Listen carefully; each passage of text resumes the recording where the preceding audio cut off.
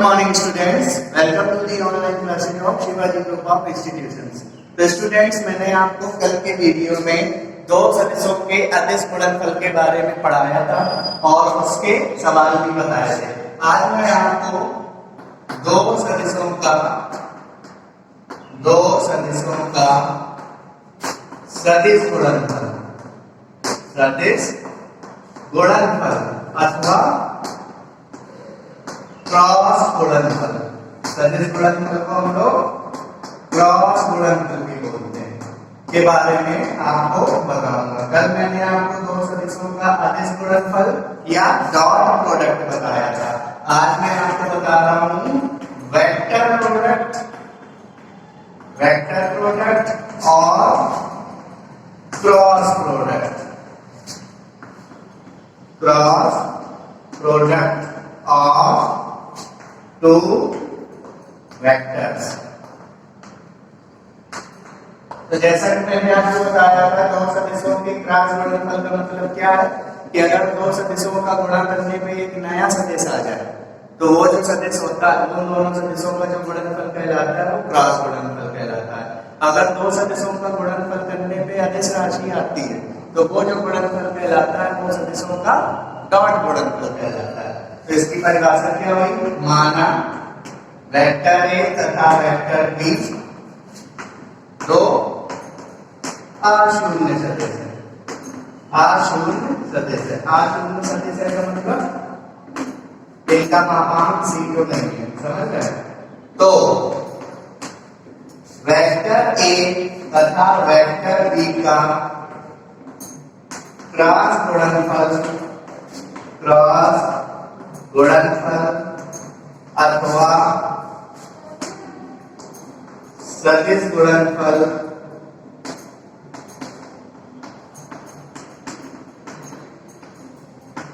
तो अगर दो सदिश है वेक्टर ए और वेक्टर बी, तो इन दोनों वेक्टरों का क्रॉस गुणनफल वेक्टर ए तथा वेक्टर बी का क्रॉस गुणनफल अथवा सदिश गुणनफल किससे प्रदर्शित किया जाता है?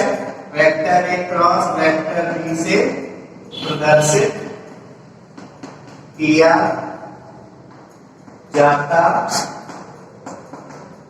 है तथा इसे निम्न प्रकार से प्रदर्शित करते हैं। निम्न प्रकार से प्रदर्शित करते हैं। इसे किस प्रकार से प्रदर्शित करते हैं? Vector A cross vector B is equal to mod of vector A mod of vector B into sine theta और इनटू एन कैप। अब यहाँ पे एक नई चीज आई, एन कैप क्या होता है? देखिए, कल मैंने आपको दो सदिशों का अदिश गुणनफल पढ़ाया था। तो सूत्र था vector A dot vector B is equal to mod of vector A mod of vector B into sine theta, sorry cos theta. उसमें एन कैप क्यों नहीं लगा था? क्योंकि दो सदिशों का अदिश गुणनफल हमेशा अदिश होता है।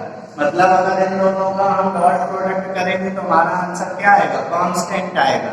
यानी जब आंसर कांस्टेंट का मतलब अदिश आएगा, और अदिश राशि में दिशा तो होती नहीं है। लेकिन आज जब हम वेक्टर ए और वेक्टर बी का क्रॉस गुणा करेंगे तो दो वेक्टरों के क्रॉस गुणनफल से सदैव एक नया सदिश बनता है।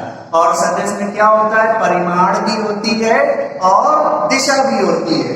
तो ये जो पोर्शन है mod A mod B sine theta, mod of vector A mod of vector B into sine theta, ये होता है क्या? परिमाण। तो एन कैप क्या शो करता है? दिशा। तो जहां एन कैप जो होता है, एन कैप होता है वो क्या होता है? एकक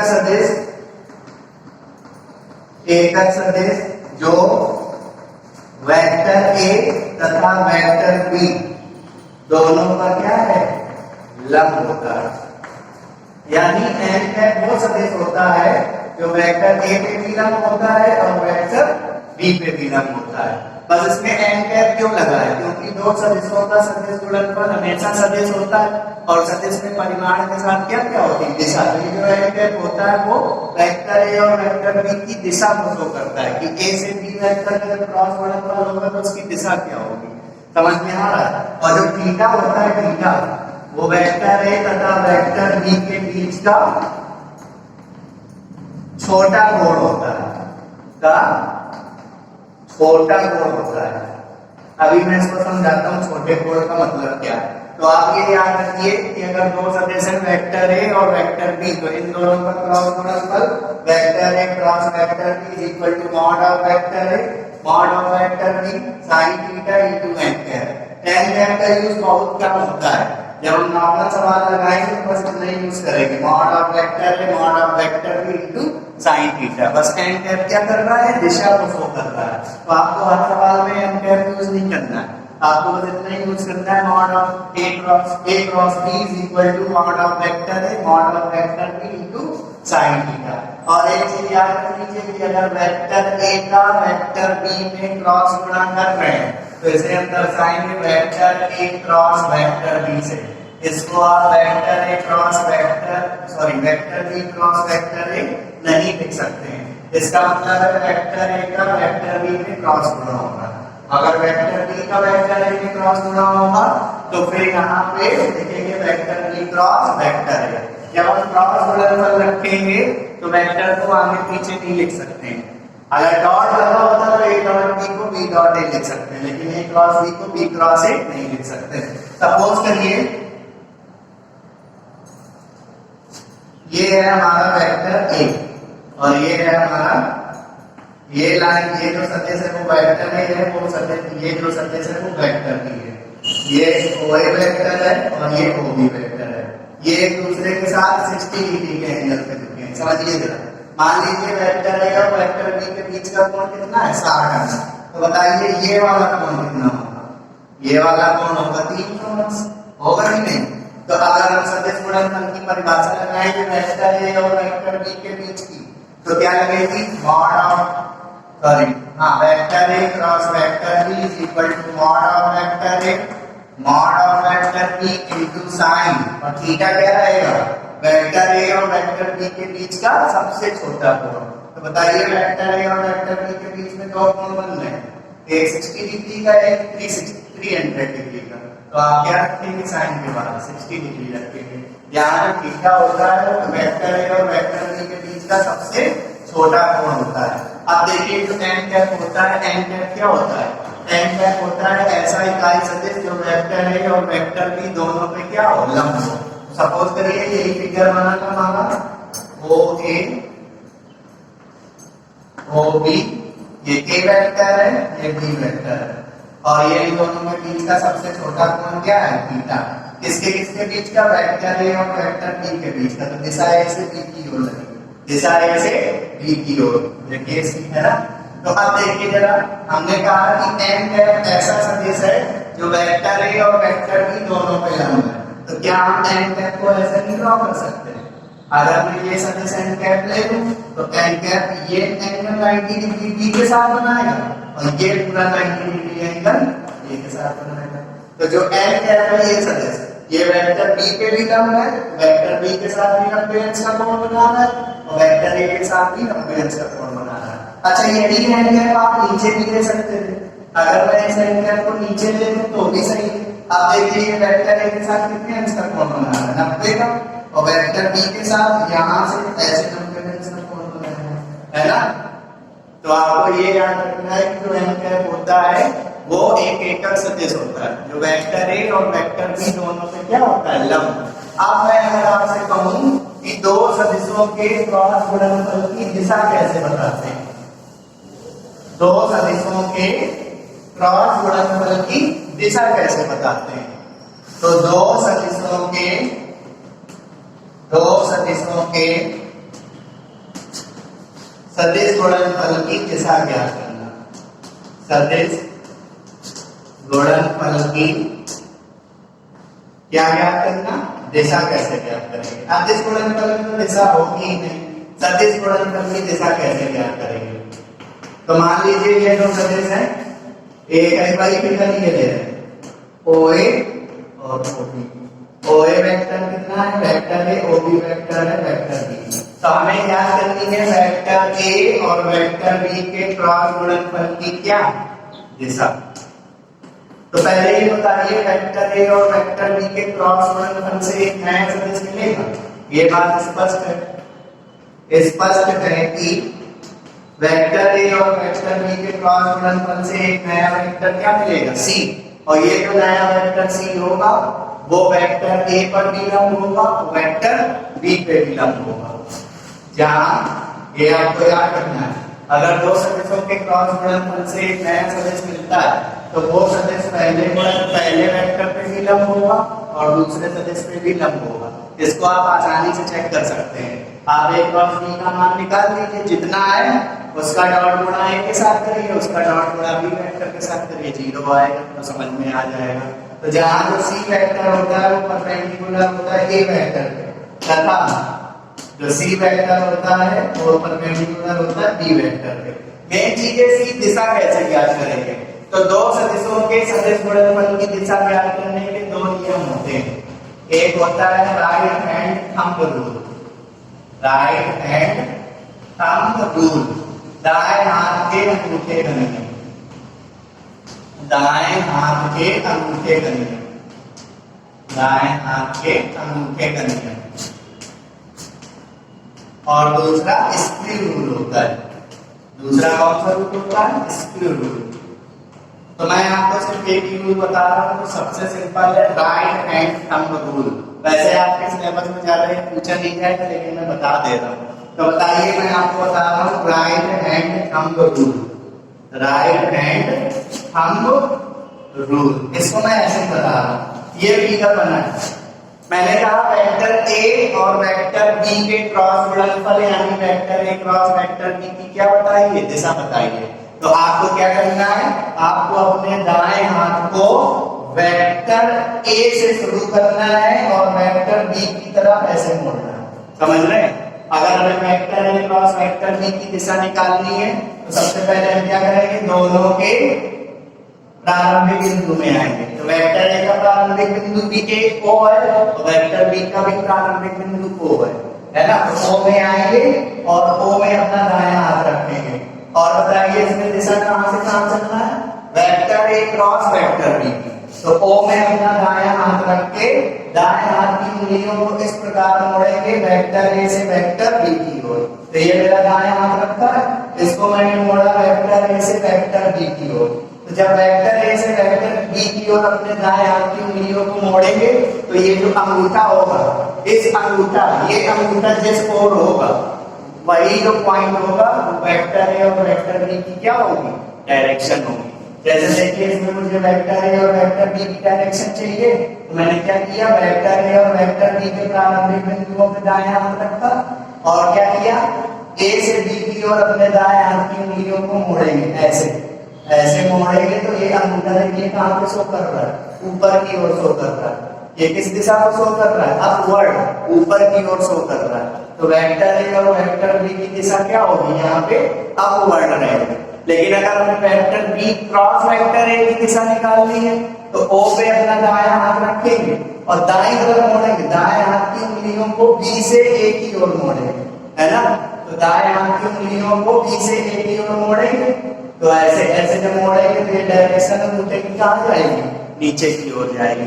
तो आपको सिंपल सी चीज है ये याद रखना है राइट हैंड थंब रूल में कि अगर दो सदिशों के सदिश गुणनफल की दिशा ज्ञात करनी है, तो जैसे vector A cross vector B की दिशा ज्ञात करनी है तो अपने दाएं हाथ की उंगलियों को वेक्टर ए से वेक्टर बी की ओर मोड़ो, है ना? जब कर्ल करेंगे तो जो अंगूठे की डायरेक्शन होगी वही vector A cross vector B की क्या होगी? दिशा होगी, है ना स्टूडेंट्स? तो अब आगे बात करते हैं सदिश गुणनफल की कुछ प्रॉपर्टीज के बारे में। जैसे सदिश गुणनफल की कुछ प्रॉपर्टीज होती है वैसे ही सदिश गुणनफल की कुछ प्रॉपर्टीज होती है जो आपको याद रखना है। सदिश गुणनफल की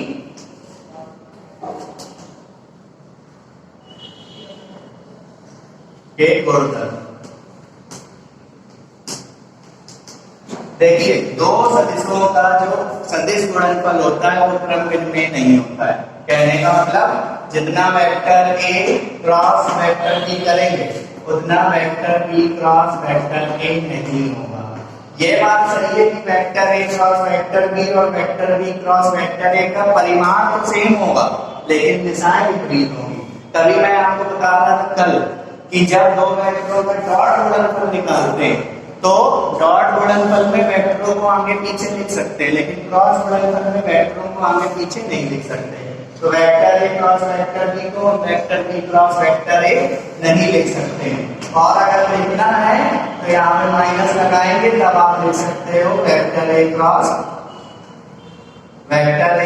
vector B is equal to minus लगा दो तो आप इसको लिख सकते हो vector B cross vector A. तो आपको ये याद रखना है कि अगर कभी दो सदिशों का क्रॉस गुणनफल कर रहे हैं और अगर कभी सदिशों को आगे पीछे लिखने की जरूरत होगी तो माइनस चिन्ह बाहर लेके तब आगे पीछे लिख पाएंगे। दूसरी प्रॉपर्टी होती vector A cross vector B plus vector C. यही प्रॉपर्टी डॉट में भी लगती है। इसको बोलते हैं हम डिस्ट्रीब्यूटिव लॉ, यानी बंटन नियम। यानी वेक्टर ए का क्रॉस गुणा होगा किसमें? सबसे पहले वेक्टर बी में। तो vector A cross vector B plus vector A cross vector C. Dot में भी काम करता है, लेकिन याद रखना क्रॉस में अगर लगा तो vector A cross vector B, पहली जगह वेक्टर ए रहेगा, दूसरी जगह वेक्टर बी रहेगा। अगर ऐसा लिखा है vector A plus vector B cross vector C, तो आपकी बात सी वेक्टर का क्रॉस गुणा होगा तो, लेकिन सी वेक्टर अब दूसरी प्लेस पे चलेगा, डायरेक्शन का ध्यान रखना है। तो पहले लिखेंगे vector A cross vector C. अगर वेक्टर सी यहाँ पे होता तो सबसे पहले वेक्टर सी लिखा जाता, बाद के वेक्टर ए लिखा जाता, plus vector B cross vector C. और आपको एक चीज याद रखनी है, किसी भी सदिश का उसी सदिश से क्रॉस गुणनफल हो तो हमेशा क्या प्राप्त होता है? 0। तो आप ये भी समझ जाएंगे कि आई क्रॉस आई भी क्या होगा? 0। जे कैप क्रॉस जे कैप भी क्या होगा? 0। ये याद रखना है। आई डॉट आई वन होता था, जे डॉट जे वन होता था, के डॉट के वन होता था, लेकिन I cross I cap 0, J cross J cap 0, K cross K cap k cross k cap is equal to क्या? 0। अगला i cap cross j cap, i cap cross j cap is equal to 1, j cap cross k cap is equal to 1 और k cap cross i cap is equal to 1। ये कैसे जाने? देखिए आई cap J cap और के cap इनके किनके एकक सदिश होते हैं? एक्स अक्ष, वाई अक्ष और जेड अक्ष, ये तो होते हैं आई कैप जे कैप और के कैप। तो बताइए मुझे आई कैप और जे कैप में मुझे क्रॉस गुणनफल करना है। तो I cap cross J cap is equal to क्या परिभाषा? Mod of I cap mod of J cap into sine theta. बताइए इन दोनों के बीच का कोण कितना? 90 डिग्री और into N cap. N cap का मतलब दिशा। तो I cap cross J cap is equal to mod of I cap कितना होगा? 1, क्योंकि आई कैप क्या है? एक्स अक्ष का एकांक सदिश। तो ये 1 साइन 90 की 1, तो बचा एन कैप। एन का मतलब एन कैप का मतलब हमें दिशा ढूंढनी है आई कैप से जे कैप की। तो आई कैप से जे कैप की दिशा ढूंढिए। आई कैप से दायां हाथ को आई कैप से जे कैप की ओर मोड़ेंगे। तो आई कैप को जब आई कैप से जे कैप की ओर मोड़ेंगे तो हमारे दाएं हाथ का अंगूठा कहां शो कर रहा है? नीचे की ओर शो कर रहा है, और नीचे की ओर शो कर रहा है तो नीचे की ओर जो शो कर रहा है वो डायरेक्शन क्या है? ए कैप की ओर शो कर रहा है, तो एन कैप की जगह क्या हो जाएगा? ए कैप हो जाएगा। I cap cross J cap is equal to A cap. आप इसको ऐसे भी याद रख सकते हैं बिल्कुल सिंपल तरीके से। ये एक्स अक्ष का स्थिति सदिश है, ये वाई अक्ष का स्थिति सदिश है, ये जेड अक्ष का एकक सदिश है। तो हम क्या करेंगे? आई कैप का एक बार जे कैप में क्रॉस गुणा करेंगे, लेफ्ट टू राइट, फिर जे कैप का के कैप में क्रॉस गुणा करेंगे, फिर के कैप का आई कैप में क्रॉस गुणा करेंगे। तो हमेशा कितना प्राप्त होगा? 1 1 1। लेकिन अगर हम जे क्रॉस आई करेंगे तो -1 आएगा, क्योंकि जे क्रॉस आई का मतलब डायरेक्शन चेंज हो गई, इसका आंसर -1 आएगा। रिजल्ट सेम रहेगा, चिन्ह बदलेगा। जे क्रॉस के कैप कितना है? 1, तो के क्रॉस जे कैप कितना होगा? -1। के कैप क्रॉस आई कैप कितना है 1, तो I cap cross K cap कितना होगा -1। ये आप फिजिक्स में भी पढ़ चुके हैं। अब मैं आपको बताता हूँ आगे कुछ चीजें।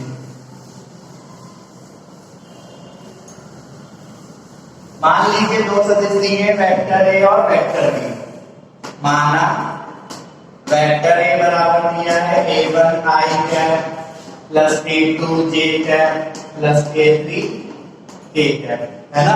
और वेक्टर बी बराबर b1 आई कैप प्लस b2 जे कैप प्लस b3 के कैप। मान लीजिए ये a वेक्टर दिया है और b वेक्टर दिया है। a वेक्टर का स्थिति सदिश भी आई cap J cap K cap के पदों में है, b वेक्टर का स्थिति सदिश भी आई कैप जे कैप और के कैप के पदों में है। तो आपसे पूछे vector A cross vector B, तो अगर आपको कभी दो सदिशों का स्थिति सदिश किसके पदों में दिया हो आई कैप जे कैप और के कैप के पदों में, और आपको vector A cross vector B करना हो, तो क्या करेंगे, एक हम सारणी बनाएंगे। सारणी का पढ़ेंगे, पहला कॉलम आई कैप का, दूसरा जे कैप का, तीसरा के कैप का। तो बताइए सबसे पहले कौन है वेक्टर ए, तो पहली पंक्ति में वेक्टर ए के अवयव, तो वेक्टर ए के आई कैप का कोएफिशिएंट यानी गुणांक कितना है a1, जे कैप का गुणांक a2, के कैप का गुणांक a3। फिर बी वेक्टर में आई कैप का गुणांक b1, जे कैप का गुणांक b2 और के कैप का गुणांक b3। और इस सारणी को हम क्या कर लेंगे, सॉल्व कर लेंगे। Vector A cross vector B की वैल्यू कब आएगी, जब हम इस सारणी का क्या निकालेंगे, मान निकालेंगे। अगर इसी प्रकार हमको vector B cross vector A करना हो, vector B cross vector A करना हो, तो vector B cross vector A करेंगे तो कैसे करेंगे, I cap J cap K cap. सबसे पहले बी वेक्टर के अवयव आएंगे, तो बी वेक्टर के घटक कौन कौन से, a1 a2 a3, sorry b1 आई कैप का गुणांक, जे कैप का गुणांक b2, के कैप का गुणांक b3। वेक्टर ए तीसरी पंक्ति में रहेगा, तो a1 a2 a3। फिर से सारणी को हल करेंगे तो हमें क्या मिल जाएगा, vector B cross vector A की वैल्यू मिल जाएगी स्टूडेंट्स। अब स्टूडेंट्स नेक्स्ट पॉइंट क्या है, नेक्स्ट पॉइंट जो मैं लिखा रहा हूं ये सब इंपॉर्टेंट है, नोट। दो सदिश वेक्टर ए तथा वेक्टर बी समांतर होंगे। जैसे कल मैंने बताया था दो सदिश क्या होंगे, लंब। तो दो सदिश लंब कब होते थे, अगर दो सदिश है वेक्टर ए और वेक्टर बी, तो दोनों सदिश लंब कब होते थे, जब vector A dot vector B is equal to क्या होता था, 0। तो अगर दो सदिश वेक्टर ए तथा वेक्टर बी समांतर होंगे, कब होंगे, यदि वेक्टर ए और वेक्टर बी दोनों का क्रॉस गुणनफल क्या हो, 0। ये आप यूज करेंगे यहाँ के सवालों में। तो अगर दो सदिशों समांतर निकालना हो तो दोनों सदिशों का क्रॉस गुणनफल करिए, अगर 0 आ जाए तो समांतर हो जाएगा। दूसरा तरीका ये भी है कि अगर दो सदिश आई कैप जे कैप और के कैप के पदों में है, तो दोनों सदिश समांतर कब होंगे, जब आई कैप के गुणांकों का अनुपात दोनों सदिशों के जे कैप के गुणांकों का अनुपात और दोनों सदिशों के के कैप के गुणांकों का अनुपात आपस में क्या हो, बराबर। तो दो तरीके हैं, अगर दो सदिश आई cap J cap K cap के पदों में दिए तो दोनों सदिश समांतर कब होंगे, जब दोनों सदिशों के आई कैप के गुणांकों का अनुपात, यानी इस सवाल के अकॉर्डिंग ले, तो जब a1 upon b1 is equal to a2 upon b2 is equal to a3 upon b3 हो जाए, तो फिर ये सदिश क्या हो जाएंगे, समांतर हो जाएंगे। अगला सूत्र,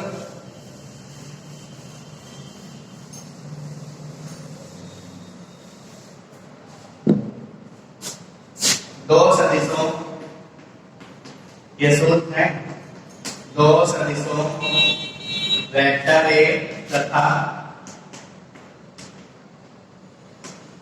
वेक्टर बी पर परस्पर लंबवत इकाई सदिश।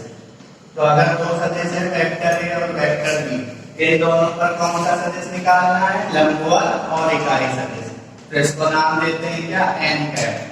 तो एन कैप बराबर क्या होता है, vector A cross vector B upon mod of vector A cross vector B. यानी हमको क्या करना है, अगर कभी दो सदिश दिए हैं और दोनों सदिश पर परस्पर लंबवत इकाई सदिश निकालना है तो क्या करेंगे, दोनों सदिशों का हम क्रॉस गुणन करेंगे और दोनों सदिशों के क्रॉस गुणनफल में उसी दोनों सदिशों के क्रॉस गुणनफल के मापांक से क्या दे देंगे, भाग दे देंगे, तो एंकर की वैल्यू आ जाएगी। अगला जैसा सूत्र है दूसरा, यदि किसी समांतर चतुर्भुज की, यदि किसी समांतर चतुर्भुज की समांतर चतुर्भुज की आसन्न भुजाएं, आसन्न का मतलब क्रम से मिलने वाली, जैसे ये समांतर चतुर्भुज है, मान लीजिए ये समांतर चतुर्भुज है, इसकी आसन्न भुजाएं कौन कौन सी हैं, ये और ये दोनों आसन्न नहीं है, ये दोनों विपरीत भुजाएं हैं, सम्मुख भुजाएं हैं।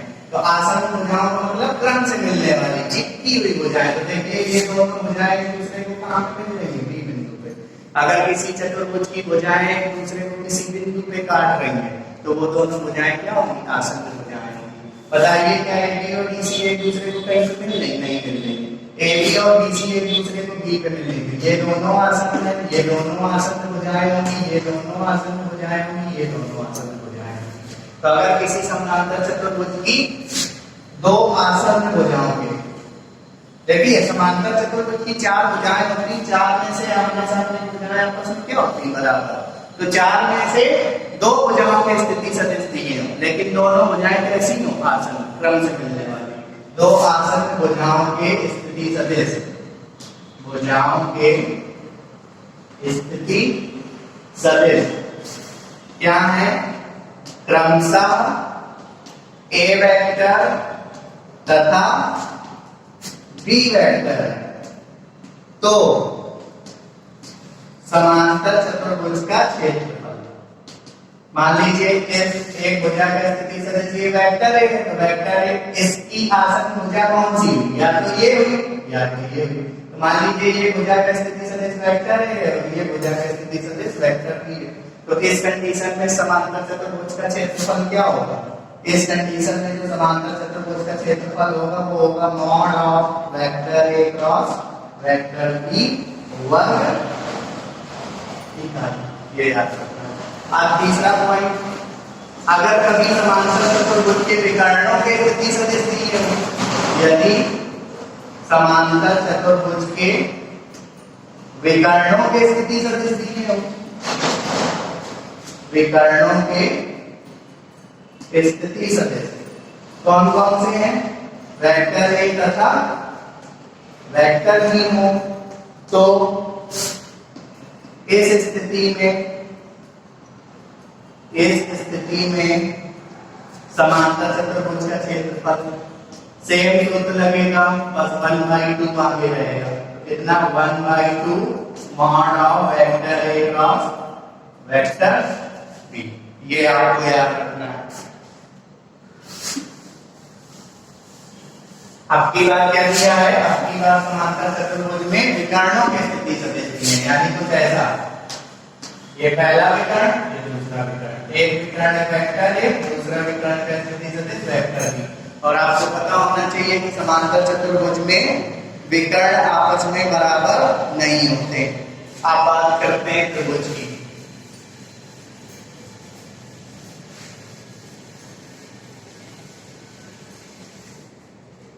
तीसरा,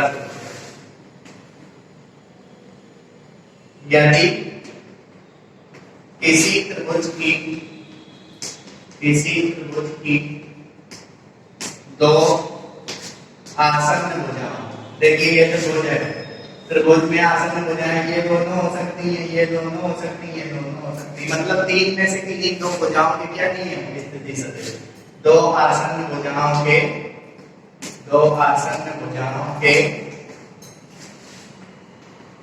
स्थिति सदिश वेक्टर ए तथा वेक्टर बी है। तो तीन में से किन्हीं दो भुजाओं की स्थिति सदिश पता हो, वेक्टर बी है, तो त्रिभुज का क्षेत्रफल,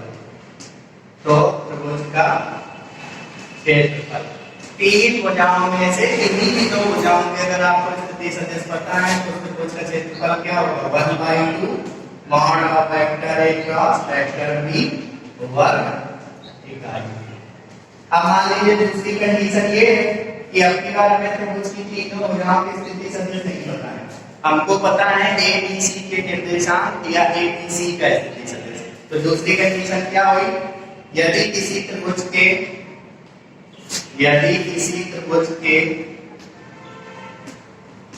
तीनों शीर्षों के स्थिति सदिश, तीनों शीर्षों के, अब की बार भुजाओं के स्थिति सदिश नहीं दिए, तीनों शीर्षों के, A के, B के और C के।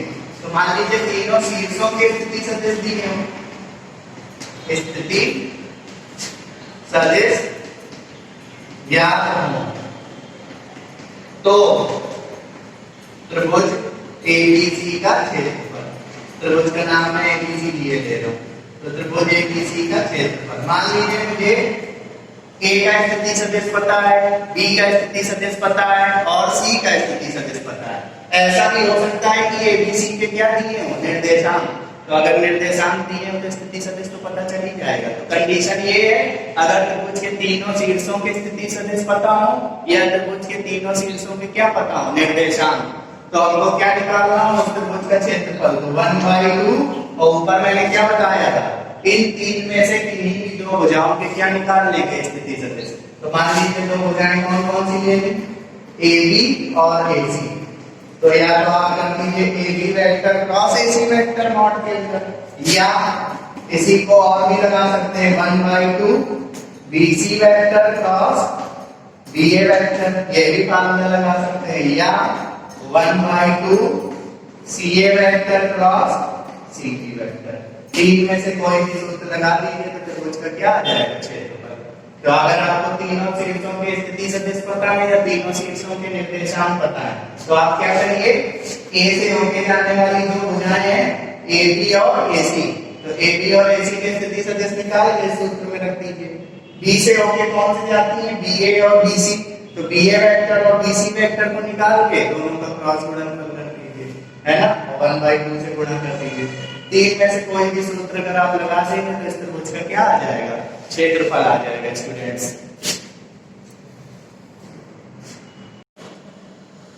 सो स्टूडेंट्स, अब मैंने दो वेक्टरों, दो सदिशों के सदिश गुणनफल पर आधारित कुछ क्वेश्चन दिए हुए हैं। जैसे पहला क्वेश्चन में पूछा जाता है mod of A cross B का whole square, mod of vector A cross vector B का whole square is equal to mod of vector A का square mod of vector B का square minus A dot B का whole square. एक चीज मैं आपको बता देता हूं, A डॉट B, जब दो सदस्यों का डॉट गुणनफल करते हैं तो अदिश भी आता है। तो अगर A डॉट B में कभी मॉड लग जाए तो आप कोई चिंता करने की जरूरत नहीं है, A डॉट B को आप मॉड A डॉट B भी लिख सकते हैं।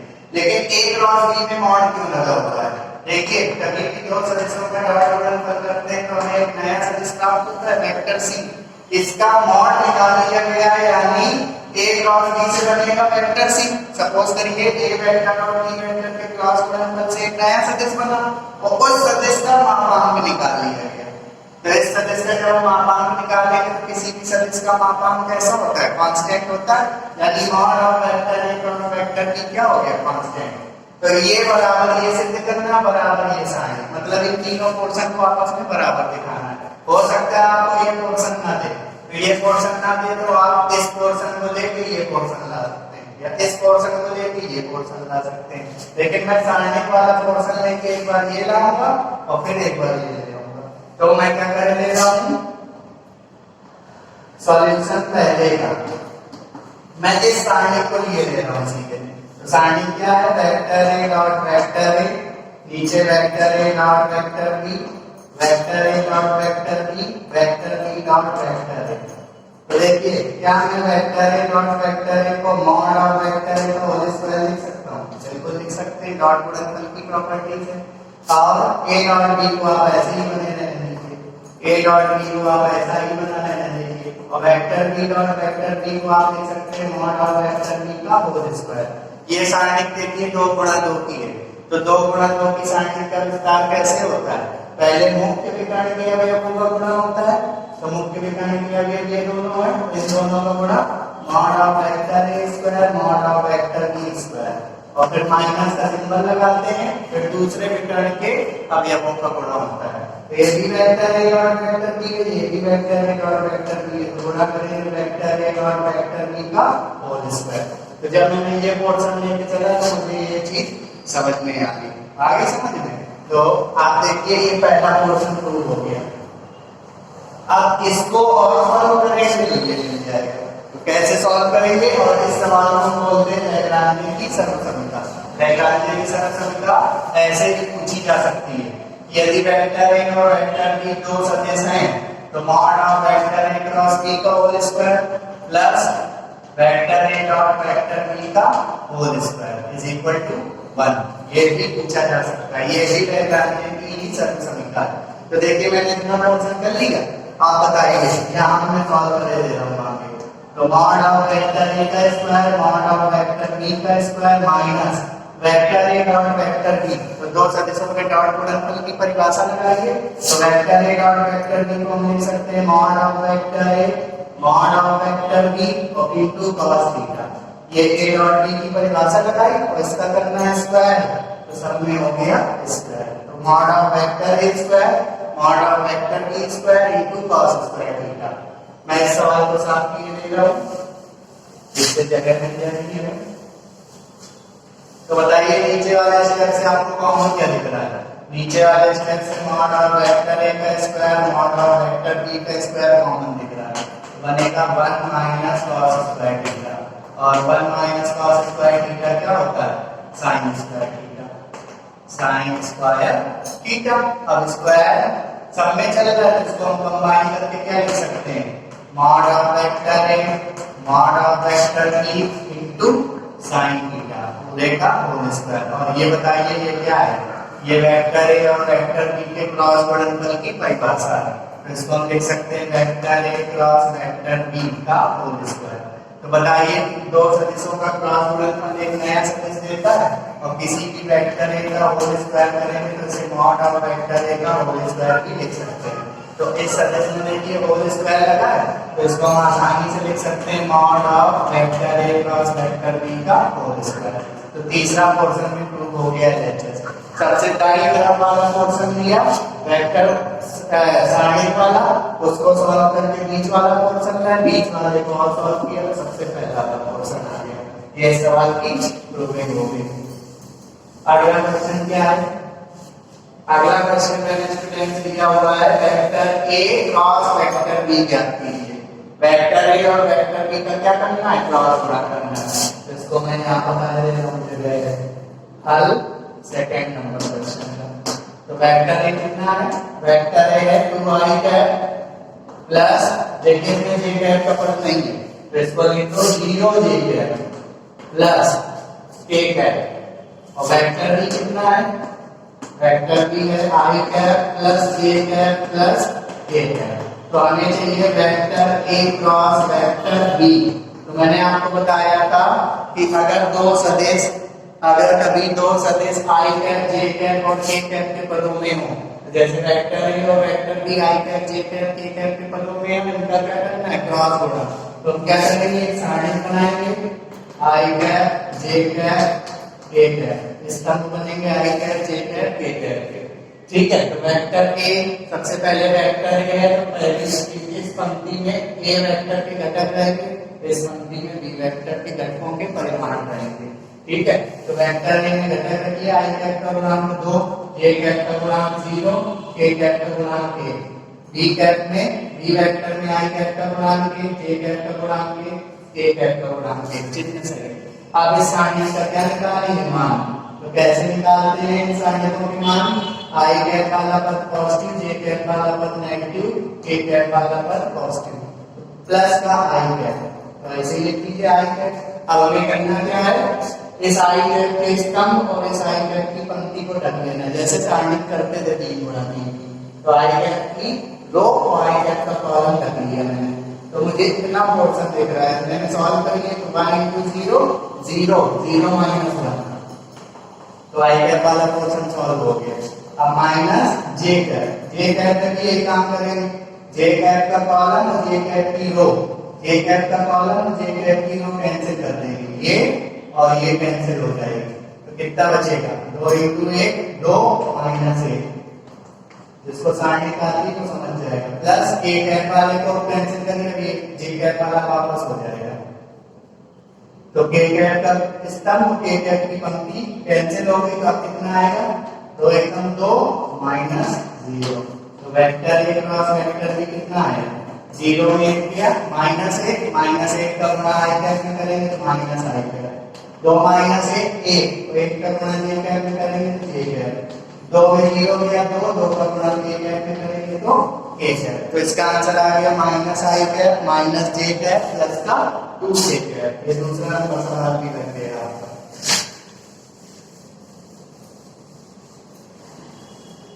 तीसरे नंबर सवाल में क्या है, दो सदिश हैं, इन दोनों सदिशों के परस्पर लंबवत इकाई सदिश निकालना है। तो अगर दो सदिश दिए हो और परस्पर लंबवत इकाई सदिश निकालना हो तो मेरा का क्या सूत्र लगेगा, vector A cross vector B upon mod of vector A cross vector B. यही तो है। तो इसके लिए हमें क्या करना होगा, तीसरे के हल के लिए पहले सदिश को वेक्टर ए लेना होगा, माना वेक्टर ए बराबर आई कैप माइनस 2 जे कैप प्लस का 3 के कैप, वेक्टर बी बराबर क्या, आई कैप प्लस 2 जे कैप माइनस के कैप। तो ये दो वेक्टर ले लिए, इन दोनों पे परस्पर लंबवत इकाई सदिश निकालना है। तो माना वेक्टर ए तथा वेक्टर बी पर परस्पर लंबवत इकाई सदिश क्या है, n कैप है। तो n कैप का क्या सूत्र लगेगा, n cap is equal to mod vector A cross vector B upon mod of vector A cross vector B. तो अब हमको क्या निकालना होगा, हमें ए क्रॉस बी निकालना होगा और उसका क्या निकालना होगा, मापांक निकालना होगा। तो देखिए ए क्रॉस बी एक बार फिर मैं आपको निकाल देता हूं। तो vector A cross vector B, तो देखिए वेक्टर ए और vector B I cap J cap K cap के पदों में है, तो सारणी बनेगी I cap J cap K cap, है ना। तो एक वेक्टर है, सबसे पहले जो वेक्टर ए के गुणांक को रखिए, आई कैप का गुणांक 1, जे कैप का गुणांक -2, के कैप का गुणांक 3। बी वेक्टर में रखिए नीचे आई कैप का गुणांक 1, जे कैप का गुणांक 2, के कैप का गुणांक -1। चलिए इसको सॉल्व करते हैं। तो vector A cross vector B is equal to, सबसे पहले आई कैप से ब्रेक होगा, तो आई कैप का स्तंभ आई कैप की पंक्ति कैंसिल हो जाएगी। तो यहाँ पे गुणा करिए, left right to left multiply करिए, पहले -1 का -2 में मल्टीप्लाई +2 और माइनस लगा के 2 3 का गुणा 6। अब क्या, जे कैप से ब्रेक होगा, माइनस का जे कैप रहेगा, जे कैप 0, जे कैप का कॉलम ये कैंसिल हो जाएगा। सॉल्व करिए, -1 -3 प्लस के कैप से ब्रेक होगा तो के कैप 0, के कैप का कॉलम, तो यहाँ पर आएगा 2 + 2। आप सॉल्व कर सकते हैं। तो vector A cross vector B कितना होगा, -4 आई कैप, यहाँ पे प्लस का 4 जे कैप आएगा और यहाँ पे प्लस का 4 के कैप आएगा। ये तो स्टूडेंट्स आया vector A cross vector B. अब हम क्या करेंगे, vector A cross vector B का क्या निकालेंगे, मापांक। Mod of vector A cross vector B कैसे निकलेगा, अंदर में लगेगा आई कैप के गुणांक का वर्ग -4 का वर्ग प्लस जे कैप के गुणांक का वर्ग प्लस के कैप के गुणांक का वर्ग। तो कितना आने वाला है, आपको मिलेगा 4√3, क्योंकि आएगा कितना 48 आएगा, 48 को 4√3 लिख सकते हैं, √48 को, है ना। आप क्या करेंगे, मैंने ए क्रॉस बी भी निकाल लिया, मैंने mod of A cross B भी निकाल लिया। तो आप इस सूत्र में रख देंगे, समीकरण 1 में ए क्रॉस बी तथा mod of A cross B के मान रखने पर रखिए। तो n के बराबर कितना होगा, इसका मान कितना है, -4 I cap plus 4 J cap plus 4 K cap upon नीचे 4√3, है ना। Mod of vector A cross vector B, तो n cap is equal to क्या आएगा, यहाँ से 4 कॉमन ले लीजिए और 4 से 4 कैंसिल हो गए, तो आंसर आएगा माइनस आई कैप प्लस जे कैप प्लस के कैप अपॉन रूट 3। ये इस सवाल का स्टूडेंट्स क्या हो जाएगा, आंसर हो जाएगा। अब अगला सवाल मैंने क्या लिया हुआ है, अगला सवाल इंपॉर्टेंट है, ये बोर्ड में कई बार पूछा गया है, 4 नंबर क्वेश्चन।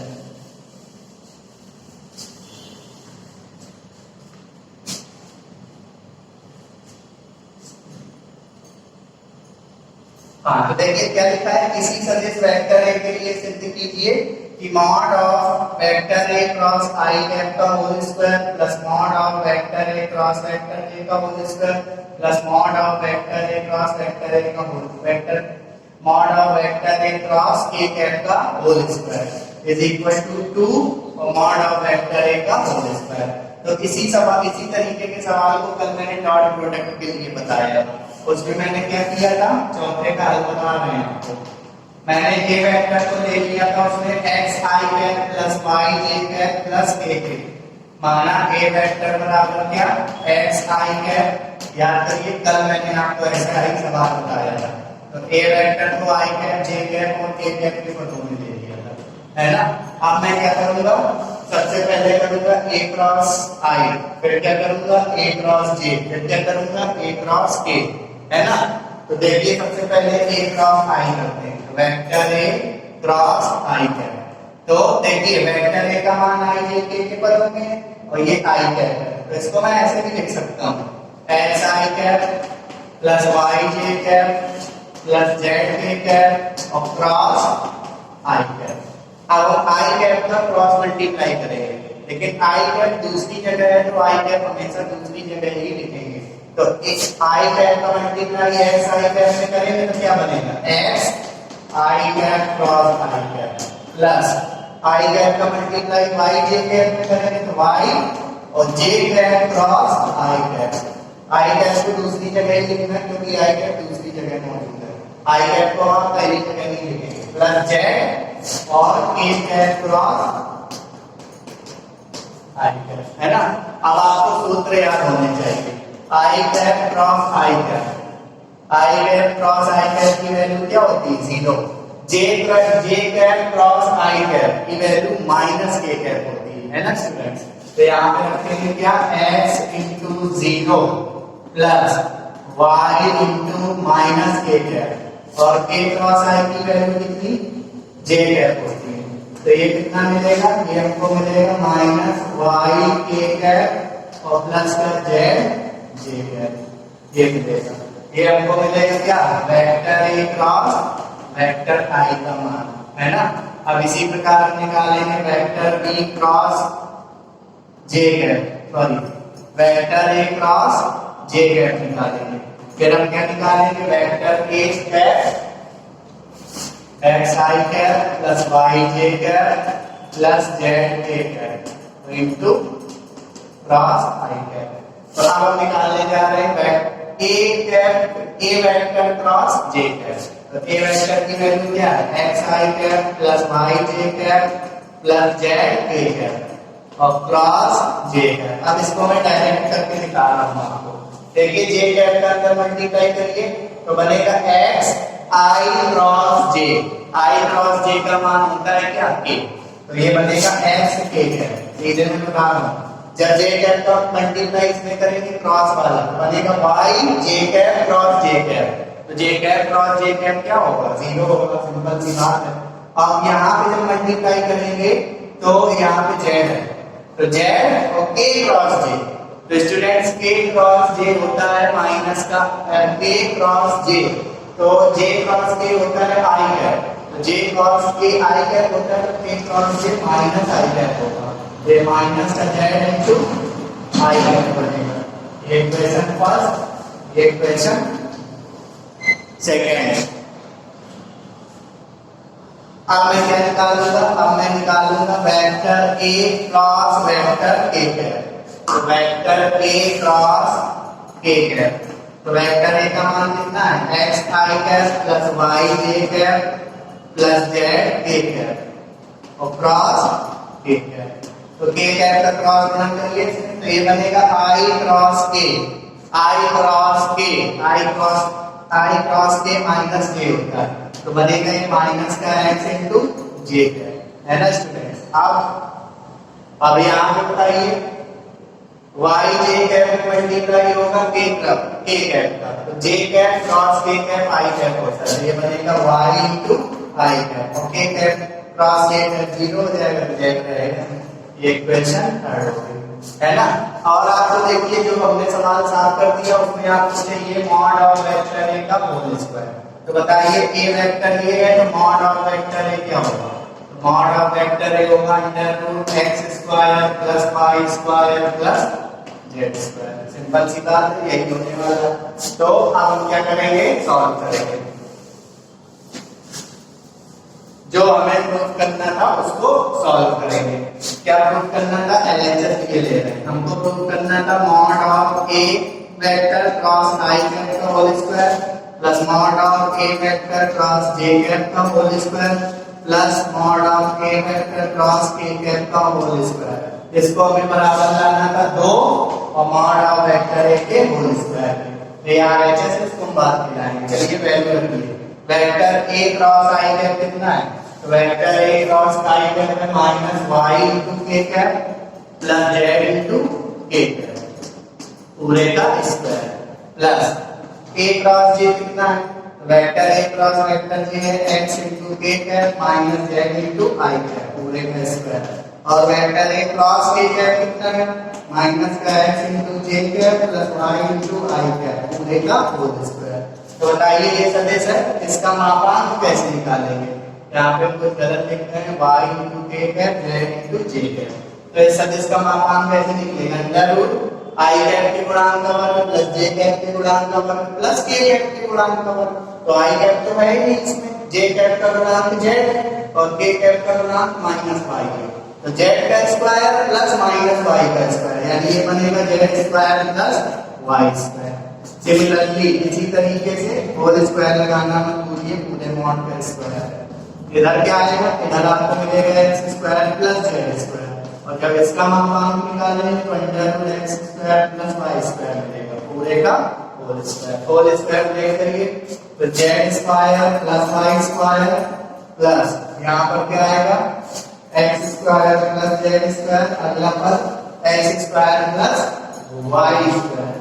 तो यहाँ पे आप जब जोड़ेंगे तो 2x square plus 2y square plus 2z square, 2 मिल जाएगा कॉमन, तो x square plus y square plus z square, x square plus y square plus z square, और x square plus y square plus z square को हम लिख सकते हैं क्या, इसको हम लिख सकते हैं under root of x square plus y square plus z square का होल स्क्वायर। इसको हम ऐसे भी तो लिख सकते हैं, X square plus Y square plus Z square को हमने लिख दिया root X square plus Y square plus Z square का होल स्क्वायर, और root X square plus Y square plus Z square कितने के बराबर है, मॉड ऑफ वेक्टर ए।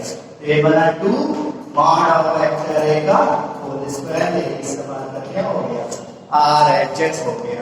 अगला सवाल उससे साफ हो गया है, मैं आपको बता दे रहा हूँ यह सवाल है क्या। पांचवा सवाल मैंने ये लिया था,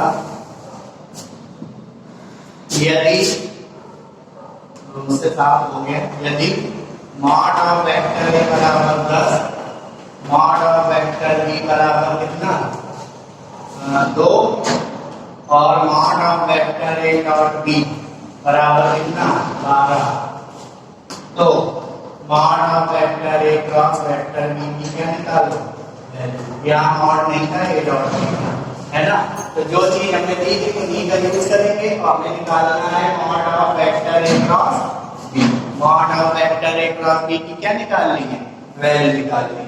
तो देखिए mod of vector A cross B की वैल्यू, एक बार मैं सवाल फिर से चेक किए दे रहा हूँ, यही एग्जैक्टली सवाल था कि नहीं सवाल था, हाँ। तो देखिए चाहिए हम जानते हैं vector A dot vector B बराबर क्या होता है, mod of vector A mod of vector B into cos theta होता है।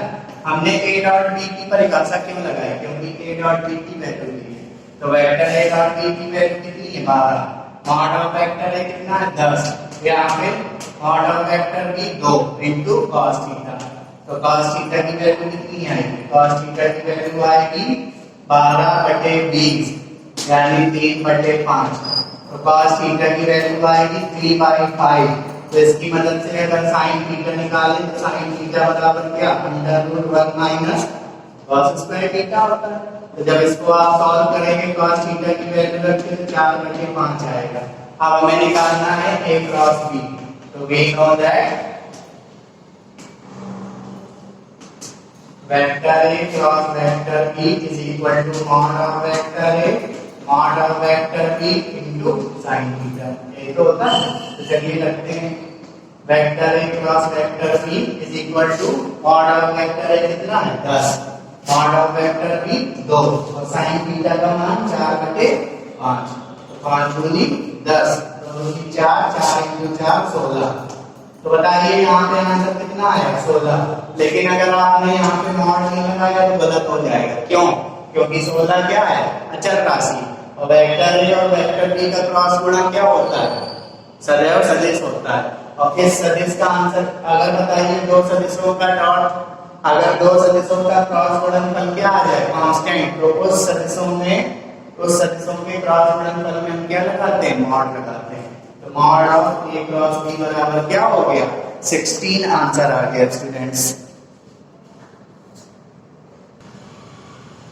सो स्टूडेंट्स अब मैंने इसी क्रम में अगले सवाल लिए हैं जो पेपरों में पूछे गए हैं। 7वां सवाल जरूर पूछा गया है। कह रहा है उस त्रिभुज का क्षेत्रफल ज्ञात कीजिए। पहले मैं आपको 6वां बता रहा हूं। उस त्रिभुज का क्षेत्रफल ज्ञात कीजिए जिसके शीर्ष a b c दिए हैं। तो देखिए ये एक त्रिभुज है। ये त्रिभुज क्या है? A B C. इसके तीनों शीर्षों के निर्देशांक दिए हैं। तो शीर्ष ए का निर्देशांक क्या है? शीर्ष ए के निर्देशांक। तो शीर्ष ए के निर्देशांक क्या है? 3 -1 2। तो बताइए शीर्ष ए का स्थिति सदिश क्या होगा? शीर्ष ए का स्थिति सदिश बराबर 3i cap minus j cap plus 2k cap. b के निर्देशांक क्या है? b के निर्देशांक है 1, -1, 3। 1, -1, 3। तो b के स्थिति सदिश क्या होंगे? b के स्थिति सदिश हम क्यों निकाल रहे हैं? निकालने की जरूरत पड़ेगी। तो i cap minus j cap plus 3k cap. c के स्थिति सदिश क्या है? c के निर्देशांक क्या है? c के निर्देशांक है 4, -3, 1। तो c के स्थिति सदिश क्या होंगे? c के स्थिति सदिश। तो c के स्थिति सदिश होंगे students 4i cap minus 3j cap plus का k कैप। तो बताइए मैंने तीनों शीर्षों की स्थिति सदिश निकाली है। a का स्थिति सदिश 3i cap minus j cap plus 2k cap. b का स्थिति सदिश i cap minus j cap plus 3k cap. c का स्थिति सदिश 4i cap minus 3j cap plus k cap. तो हमें त्रिभुज का क्या निकालना है? क्षेत्रफल। तो त्रिभुज ABC का क्षेत्रफल सूत्र लिखाया था। अगर कभी किसी त्रिभुज के तीनों शीर्षों के निर्देशांक पता हो या तीनों शीर्षों के स्थिति सदिश निकालना हो, तो अगर त्रिभुज ABC है तो हम कैसे काम करते हैं? 3 में से किन्हीं 2 भुजाओं के स्थिति सदिश निकालते हैं। आप बताइए, आप इस त्रिभुज में डिसाइड कर लीजिए आपको कौन सी 2 भुजाओं के स्थिति सदिश निकालने हैं। शीर्ष A से होकर जाने वाली, शीर्ष B से होकर जाने वाली कि शीर्ष C से होकर जाने वाली? तो मैं सिंपल सा काम कर ले रहा हूँ। शीर्ष A से कौन कौन सी भुजाएं होकर जा रही हैं? AB और AC। तो एक बार मैं इसमें सूत्र यूज करूंगा 1/2 mod of AB vector cross AC vector. इस सूत्र का मैं क्या करूंगा? प्रयोग करूंगा। आप इसमें ऐसा भी कर सकते थे 1/2 mod of BA vector cross BC vector. आपको दो भुजाओं की स्थिति सदिश निकालने हैं, दोनों का क्या करना है? क्रॉस गुणा। तो हम इस सूत्र का प्रयोग करेंगे जो मैंने दिखाया। लेकिन इस सूत्र का प्रयोग आप तभी कर पाएंगे जब आप AB वेक्टर निकालेंगे, जब आप AC वेक्टर निकालेंगे। तो इसको मैंने समीकरण 1 मान लिया। अब मैं आपको एक्सप्लेन कर दे रहा हूँ, आप ये सवाल कर सकते हैं। सबसे पहले आप निकालेंगे A B vector. A B vector कैसे निकालेंगे? ए बी वेक्टर बराबर बी का स्थिति सदिश माइनस ए का स्थिति सदिश, ये आपको पता है। तो बी का स्थिति सदिश और ए का स्थिति सदिश घटा दीजिएगा तो ए बी वेक्टर आएंगे। ए सी वेक्टर कैसे निकालेंगे? ए सी वेक्टर बराबर सी का स्थिति सदिश माइनस ए का स्थिति सदिश। तो वो कैसे निकलेगा? सी के स्थिति सदिश इसमें से ए के स्थिति सदिश इसको माइनस कर दीजिएगा। तो ए बी वेक्टर अलग से निकालिए, ए सी वेक्टर अलग से निकालिए, फिर A B vector cross A C vector की वैल्यू निकालिए। तो A B vector cross A C vector की वैल्यू कैसे निकाल लेंगे? सारणिक मेथड से, जैसे अभी बताया था। तो A B vector cross A C vector निकालेंगे तो एक नया सदिश मिलेगा आई कैप जे कैप और के कैप के पदों में। तो A B vector cross A C vector का जितना भी आंसर आए उसका मॉड भी निकालना है फिगर के सूत्र के अनुसार। देखिए तो A B vector cross A C vector जितना आएगा उसका मॉड निकाल लेंगे तो आपको मिल जाएगा mod of A B cross A C vector. फिर क्या करेंगे? समीकरण इसमें मान रख दीजिएगा। तो मान लीजिए mod of A B vector cross A C vector 9 आ गया, तो यहाँ पे इसकी जगह 9 रख दीजिएगा तो आंसर आएगा 9/2 वर्ग। अब इतनी कैलकुलेशन आप कर सकते हैं इजी कैलकुलेशन, तो आप ये ट्राई कर सकते हैं। इसी तरीके के सवाल चतुर्भुज समांतर चतुर्भुज वाले भी सवाल आएंगे तो भी आप कर सकते हैं, बस आपको सूत्र याद होने चाहिए। ये सवाल मैं आपको पूरा बता दे रहा हूँ। यदि vector A vector B vector C किसी त्रिभुज एबीसी के तीनों शीर्षों की स्थिति सदिश है, तो एक त्रिभुज एबीसी है जिसके तीनों शीर्षों की स्थिति सदिश कौन कौन से? Vector A vector B vector C. तो ए का स्थिति सदिश वेक्टर ए, बी का स्थिति सदिश वेक्टर बी, सी का स्थिति सदिश वेक्टर सी। तो इसका हल करेंगे प्रश्नानुसार ए बी सी त्रिभुज ए बी सी में यहाँ पे ए बी सी और लिख लीजिए। त्रिभुज ए बी सी में ए का स्थिति सदिश, ए का स्थिति सदिश क्या है? ए का स्थिति सदिश है वेक्टर ए, बी का स्थिति सदिश क्या है? वेक्टर बी, सी का स्थिति सदिश क्या है? Vector C. तो हमें त्रिभुज का क्या निकालना है? क्षेत्रफल। तो बताइए वी नो दैट अगर किसी त्रिभुज के तीनों शीर्षों की स्थिति सदिश पता हो तो उस त्रिभुज का क्षेत्रफल कैसे निकालते हैं? अभी मैंने सूत्र दिखाया पीछे, और अभी मैंने पीछे वाले सवाल में एक्सप्लेन भी किया है। 1/2 मॉड। हम ये चेक करेंगे इन त्रिभुज में से इस त्रिभुज में दो भुजाओं की स्थिति सदिश निकालेंगे। तो मान लीजिए सी से ए से होके कौन कौन सी भुजाएं जा रही हैं? ए बी और ए सी। तो मैं क्या करूंगा? मॉड के अंदर A B vector cross A C vector लिख लूंगा, इस सूत्र का प्रयोग करूंगा। तो बताइए त्रिभुज ए बी सी का क्षेत्रफल बराबर 1/2। सबसे पहले मैं ए बी वेक्टर निकालूंगा। हमको त्रिभुज का क्षेत्रफल ये सिद्ध करना है, ये प्रूव करके लाना है। तो कैसे आएगा? ए बी वेक्टर का मान निकालिए। ए बी वेक्टर का मतलब बी का स्थिति सदिश माइनस ए का स्थिति सदिश। तो बी का स्थिति सदिश है बी वेक्टर और ए का स्थिति सदिश है ए वेक्टर। तो B vector minus A vector cross A C vector का स्थिति सदिश निकालिए। तो सी का स्थिति सदिश सी वेक्टर माइनस ए का स्थिति सदिश ए वेक्टर। अब क्या करेंगे? अब बस इसको सही से सॉल्व कर लेंगे तो बस हमारा रिजल्ट मिल जाएगा हमको जो प्रूफ करना है। तो देखिए कैसे सॉल्व करेंगे। त्रिभुज ए बी सी का क्षेत्रफल इज इक्वल टू 1/2 मॉड। अब क्या करेंगे? क्रॉस गुणा करेंगे। I cap J cap K cap के पदों में नहीं तो सीधा सीधा क्रॉस गुणा करिए। बी वेक्टर से शुरू करिए तो B vector cross C vector, जैसे ब्रैकेट वाला गुणा करते थे। बी वेक्टर का क्रॉस गुणा माइनस ए वेक्टर में करेंगे तो minus B vector cross A vector. पहले बी वेक्टर लिखेंगे क्रॉस फिर ए वेक्टर लिखेंगे। अब माइनस ए वेक्टर का सी वेक्टर में क्रॉस गुणा करिए तो minus A vector cross C vector, और माइनस ए वेक्टर का क्रॉस गुणा करिए माइनस ए वेक्टर में, माइनस और माइनस प्लस, तो यहाँ पे आएगा ए वेक्टर क्रॉस ए वेक्टर। और मैंने आपको बताया हुआ 1/2 मॉड ऑफ बी क्रॉस सी। जो हमें सिद्ध करना था उसमें बी क्रॉस ए नहीं चाहिए, हमें चाहिए ए क्रॉस बी। तो बी क्रॉस ए को अगर ए क्रॉस बी बनाना है तो माइनस बाहर निकालना होगा। तो इससे जब माइनस बाहर निकालेंगे तो बीच में प्लस हो जाएगा। तो ये बन जाएगा ए क्रॉस बी। ए क्रॉस सी नहीं चाहिए सिद्ध करने में, सी क्रॉस ए चाहिए। तो ए क्रॉस सी को अगर सी क्रॉस ए बनाएंगे तो माइनस का लिखना पड़ेगा, तो माइनस और माइनस ये क्या हो जाएगा प्लस।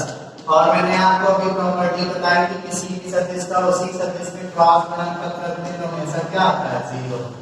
तो 1/2 और प्लस लगा है तो बताइए बी क्रॉस सी एक सदिश, ए क्रॉस बी भी एक सदिश और सी क्रॉस ए भी एक सदिश। तो 3 सदिश आएंगे इनके, भैया इनका क्रॉस गुणा एक सदिश देगा, इनका क्रॉस गुणा एक दूसरा सदिश, इनका क्रॉस गुणा एक तीसरा सदिश। और सदिशों के रूप में आगे पीछे लिख सकते हो सदिशों को। तो पहले मैं लिख ले रहा हूं ए क्रॉस बी प्लस फिर क्या लिख ले रहा हूं बी क्रॉस सी प्लस फिर क्या लिख ले रहा हूं सी क्रॉस ए। ये हो गया त्रिभुज एबीसी का क्षेत्रफल। यही आपको सिद्ध करना था।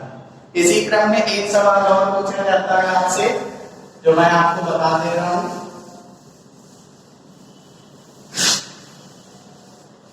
सवाल ये पूछा जाता है, इंपॉर्टेंट सवाल है, 8वां नंबर सवाल आज का। यदि A vector B vector C vector 3 सदिश हैं, ए वेक्टर बी वेक्टर तथा सी वेक्टर 3 सदिश हैं तथा vector A plus vector B plus vector C is equal to 0। तो सिद्ध कीजिए कि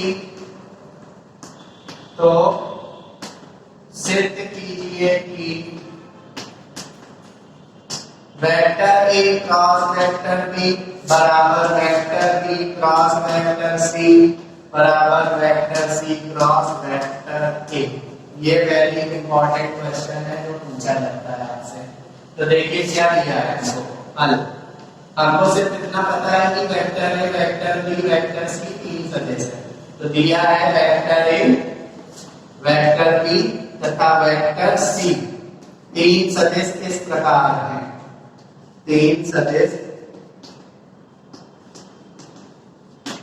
इस प्रकार है कि तीनों का योगफल क्या है 0। Vector A plus vector B plus vector C बराबर 0।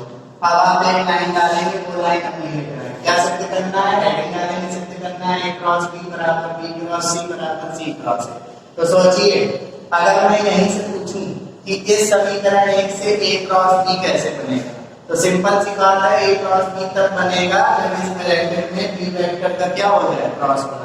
अगर बी वेक्टर का क्रॉस गुणा हो जाए तो ये पोर्शन बनाएगा ए क्रॉस बी, बनाएगा कि नहीं, है ना। तो बस एक काम करिए, एक बार समीकरण 1 के दोनों पक्षों में वेक्टर ए से गुणा कर देंगे क्रॉस वाला, और एक बार समीकरण 1 के दोनों पक्षों में वेक्टर बी से क्रॉस गुणा कर देंगे, तो ये पूरी चीज प्रूव हो जाएगी। ये थोड़ा याद रखना है। तो समीकरण 1 के दोनों पक्षों में, समीकरण 1 के दोनों पक्षों में वेक्टर बी का चलिए वेक्टर ए का कर देते हैं। वेक्टर ए का क्रॉस गुणन करने पर तो क्या है समीकरण 1 vector A plus vector B plus vector C बराबर 0 है। इसके दोनों पक्षों में क्रॉस गुणन कर रहे हैं कितने का वेक्टर ए का। तो चलिए क्रॉस गुणन करिए। तो वेक्टर ए का क्रॉस गुणन वेक्टर ए में करेंगे तो वेक्टर ए क्रॉस वेक्टर ए, है ना। वेक्टर ए का क्रॉस गुणन वेक्टर बी में करेंगे तो vector B cross vector A. Vector A का क्रॉस गुणन वेक्टर सी में आगे होगा तो vector C cross vector A, और 0 का गुणा होगा वेक्टर ए में तो 0 हो जाएगा। ए क्रॉस ए फिर से क्या होगा 0। इसी सदिश का उसी सदिश में क्रॉस गुणन में हमेशा क्या होता है 0। अब देखिए आपको मिल रहा है बी क्रॉस ए, तो आपको चाहिए क्या ए क्रॉस बी। तो क्या करेंगे, इसको हम माइनस निकालेंगे, माइनस और प्लस माइनस ए क्रॉस बी, और ये पद क्या है सी क्रॉस ए। ये सही चल रहा है, इसमें हमें डिस्टर्ब होने की जरूरत नहीं है। तो सी क्रॉस ए बराबर 0। तो बताइए अगर मैं माइनस के ए क्रॉस बी को उस तरफ पक्षांतर कर दूं तो एक इक्वेशन बनेगी सी क्रॉस ए बराबर ए क्रॉस बी समीकरण 2, है ना। देखिए सी क्रॉस ए और ए क्रॉस बी दोनों आपस में क्या हो गए बराबर। एक पोर्शन हमने सिद्ध कर दिया। एक बार और मेहनत करेंगे, समीकरण 1 के दोनों पक्षों में अपनी बार वेक्टर बी का गुणा करेंगे। तो समीकरण 1 के दोनों पक्षों में समीकरण एक के दोनों पक्षों में वेक्टर b का गुणा करने पर। कैसा गुणा? क्रॉस गुणन करने पर। तो चलिए अब की बार वेक्टर b का क्रॉस गुणन करते हैं। तो है क्या? Vector a plus vector b plus vector c। Vector a plus vector b plus vector c बराबर 0 है। इसमें वेक्टर b का क्रॉस गुणन कर दिया। तो करिए वेक्टर b का क्रॉस गुणन। तो vector a cross vector b plus vector b cross vector b plus vector c cross vector b। यहाँ गलती मत करिएगा, इक्वल टू 0। अब बताइए a क्रॉस b सही चल रहा है, a क्रॉस b से हमें कोई समस्या नहीं है। b क्रॉस b 0 हो जाएगा, लेकिन हमको c क्रॉस b नहीं चाहिए, हमको चाहिए b क्रॉस c। तो क्या करना पड़ेगा? माइनस बाहर निकालिए, इसको b क्रॉस c कर दीजिए। तो क्या बना? Vector a cross vector b is equal to बना vector b cross vector c। समीकरण 3। अब बताइए, देखिए यहाँ पे vector a cross vector b एक बार vector c cross vector a के बराबर है, और समीकरण 3 से देखिए vector a cross vector b vector b cross vector c के बराबर है। तो आपको कुछ ऐसा नहीं समझ में आ रहा है कि समीकरण 2 और 3 से vector a cross vector b के दो मान है, एक मान है c क्रॉस a और एक मान है क्या? b cross c। तो बताइए वेक्टर a और वेक्टर b के दो मान है, तो दोनों आपस में क्या होंगे? बराबर, क्योंकि दोनों वेक्टर a और वेक्टर b के vector a cross vector b के मान है। तो क्या लिखते हैं? समीकरण 2 व 3 से स्पष्ट है कि, देखिए अगर मैं समीकरण 3 को लिखूं तो a क्रॉस b बराबर b क्रॉस c, ये तो समीकरण 2 है, और समीकरण 3 है, और समीकरण 2 से देखिए a क्रॉस b किसके बराबर है? c क्रॉस a के बराबर। तो यहाँ पे बराबर लगा सकते हो, c क्रॉस a, और बराबर लगा है तो कोई दिक्कत नहीं है। पहले आप लिख लो a क्रॉस b, फिर क्या लिख लो? b क्रॉस c, फिर क्या लिख लो? c cross b। आपस में क्या हो गया? बराबर, प्रूव हो गया। अगर ये बात नहीं समझ में आए तो आप ऐसे समझ लीजिए, अगर a की वैल्यू b के बराबर है, b की वैल्यू c के बराबर है, तो अगर a का मान b के बराबर है, b का मान c के बराबर है, तो तीनों आपस में क्या हो जाएंगे? बराबर हो जाएंगे। ये सवाल हो गया प्रूव स्टूडेंट्स। अब स्टूडेंट्स मैं एक और सवाल आपको बताने जा रहा हूँ। वो सवाल कौन सा है? बोर्ड में पूछा जा चुका है कई बार, वो सवाल और देख लीजिए आप, इसके बाद ये चैप्टर फिनिश हो गया है।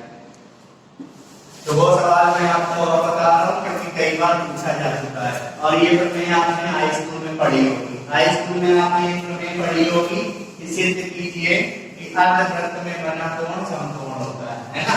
तो इसी को हमें सदिश विधि से सिद्ध करना है। क्या सिद्ध करना है? सदिश विधि से सिद्ध कीजिए कि, सदिश विधि से सिद्ध कीजिए कि अर्धवृत्त में बना कोण समकोण होता है। नॉर्मल मेथड से नहीं करना है, तब हम हाई स्कूल में दूसरे तरीके से करते थे। आज हम इसको सदिश विधि द्वारा करेंगे। सदिश विधि से सिद्ध कीजिए कि अर्धवृत्त में बना कोण क्या होता है? समकोण का मतलब 90 डिग्री होता है। तो देखिए मैं एक अर्धवृत्त बना लेता हूं। अर्धवृत्त का सबसे अच्छा एग्जांपल क्या है? प्रोटेक्टर, चालक। ये अर्धवृत्त है, ये मान लीजिए अर्धवृत्त है, इसका केंद्र क्या है? O, और ये अर्धवृत्त के दोनों सिरे हैं। ये जो AB है वो किसके सिरे हैं? व्यास के सिरे, है ना? तो व्यास की आदि क्या होती है? त्रिज्या। तो इसको मैं हल करता हूं। माना एक अर्धवृत्त, माना एक अर्धवृत्त जिसका केंद्र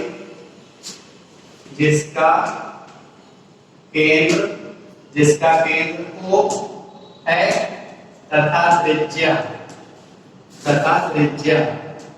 R इकाई है। अब हम एक काम कर लेते हैं कि O क्या है? केंद्र है। तो AB इस अर्धवृत्त का व्यास है। अर्धवृत्त का व्यास AB है। अर्धवृत्त का व्यास क्या है? AB है। तथा OA तथा OB अर्धवृत्त की क्या है? त्रिज्याएं। अर्धवृत्त की त्रिज्याएं हैं। तो त्रिज्याएं हमने क्या ली है, इस अर्धवृत्त की त्रिज्या ली है, अर्थात OA बराबर R, OB बराबर भी है ना स्टूडेंट्स। तो ध्यान से देखिए मैं जो आपको समझाने जा रहा हूं, अगर मैं O के सापेक्ष A का स्थिति सदिश, अगर O के सापेक्ष A का स्थिति सदिश वेक्टर A ले लूं, तो O के सापेक्ष B का स्थिति सदिश माइनस A वेक्टर होगा। क्यों? क्योंकि O से A के सापेक्ष चलने में डायरेक्शन O से A की ओर चल रही है, और O से B के सापेक्ष चलने में डायरेक्शन O से B की ओर चल रही है, और दोनों त्रिज्याएं आपस में बराबर है। तो अगर OA का स्थिति सदिश A वेक्टर होगा तो OB का स्थिति सदिश माइनस A वेक्टर होगा। तो माना O के सापेक्ष A का स्थिति सदिश, A का स्थिति सदिश बराबर कितना, A वेक्टर, यानी OA वेक्टर बराबर A वेक्टर। तो O के सापेक्ष B का स्थिति सदिश, O के सापेक्ष B का स्थिति सदिश यानी OB वेक्टर, वो कितने के बराबर होगा, माइनस A वेक्टर के बराबर होगा, है ना। हमको क्या सिद्ध करना है कि अर्धवृत्त में बना कोण समकोण होता है। इस प्रमेय को हम कैसे सिद्ध करते थे, अर्धवृत्त में व्यास के सिरे छोड़ के अर्धवृत्त की परिधि में कोई भी एक पॉइंट ले लीजिए। मान लीजिए ये पॉइंट क्या है, P, तो P से A को मिलाइए, P से B को मिलाइए। अर्धवृत्त मतलब अर्धवृत्त के व्यास के सिरों को छोड़कर अर्धवृत्त की परिधि में हम कोई भी एक पॉइंट ले लेते थे, उस पॉइंट को हम अर्धवृत्त के दोनों सिरों से मिलाते थे। P को A से, P को B से मिला दिया, तो ये एंगल बना B। इसको हमें प्रूव करना है कितना, 90 डिग्री। तो हमें क्या सिद्ध करना है, रचना लिखी, रचना अर्धवृत्त की परिधि में, अर्धवृत्त की परिधि में, अर्धवृत्त की परिधि में एक बिंदु, अर्धवृत्त की परिधि में एक बिंदु क्या लिया, P लिया, तथा PA एवं PB को मिलाया, PA एवं PB को मिलाया। तो क्या सिद्ध करना है कि अब जो कोण बना वो 90 डिग्री होगा। अब कौन सा कोण बना, अब ये कोण बना एंगल APB, तो angle APB is equal to कितना, 90 डिग्री। थोड़ी और एक रचना करेंगे, O से P को और मिलाएंगे, तो OP को मिलाया, OP को मिलाया। आप ध्यान दीजिए, मान लीजिए OP वेक्टर कितने के बराबर है, R वेक्टर के, तो मानना OP वेक्टर बराबर R वेक्टर, है ना।